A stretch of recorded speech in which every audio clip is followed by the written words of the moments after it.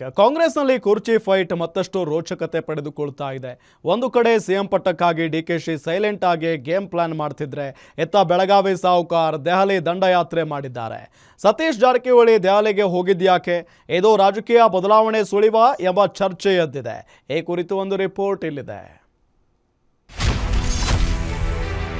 ಡಿಕೆಶಿ ಬೆನ್ನಲ್ಲೇ ಸತೀಶ್ ಜಾರಕಿಹೊಳಿ ದೆಹಲಿ ದಂಡಯಾತ್ರೆ. ಸಾಹುಕಾರ್ ತಂತ್ರ, ನಾಯಕತ್ವ ಬದಲಾವಣೆಯ ಮುನ್ಸೂಚನೆನಾ? ರಾಜ್ಯದಲ್ಲಿ ಪವರ್ ಶೇರಿಂಗ್ ಫೈಟ್ ಮುಂದುವರೆದಿದೆ. ನಾಯಕತ್ವ ಬದಲಾವಣೆ ಬಗ್ಗೆ ಹೈಕಮಾಂಡ್ ನಿರ್ಧಾರ ಮಾಡುತ್ತೆ. ಹೈಕಮಾಂಡ್ ತೀರ್ಮಾನಕ್ಕೆ ನಾವು ಬದ್ಧ ಎಂದಿರೋ ಸಿಎಂ ಹೇಳಿಕೆಯೇ ಡಿಸಿಎಂ ಡಿಕೆ ಶಿವಕುಮಾರ್ಗೆ ಅಸ್ತ್ರವಾಗಿದೆ.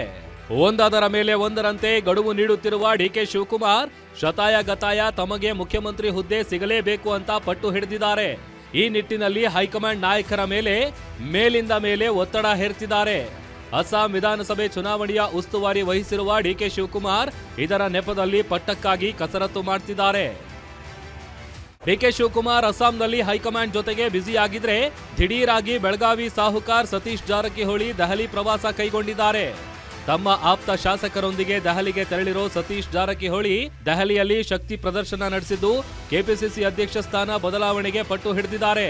ಹೈಕಮಾಂಡ್ ನಾಯಕರನ್ನ ಭೇಟಿಯಾಗುವ ಮೂಲಕ ಸತೀಶ್ ಜಾರಕಿಹೊಳಿ ತಮ್ಮದೇ ಆದ ತಂತ್ರ ಹೆಣೆದಿದ್ದು, ರಾಜ್ಯದಲ್ಲಿ ಸಿಎಂ ಬದಲಾವಣೆ ಮಾಡೋದಾದ್ರೆ ಕೆಪಿಸಿಸಿಯ ಅಧ್ಯಕ್ಷ ಸ್ಥಾನವನ್ನು ಬದಲಾವಣೆ ಮಾಡಬೇಕೆಂದು ಸತೀಶ್ ಜಾರಕಿಹೊಳಿ ಬೇಡಿಕೆ ಇಟ್ಟಿದ್ದಾರೆ ಎನ್ನಲಾಗಿದೆ.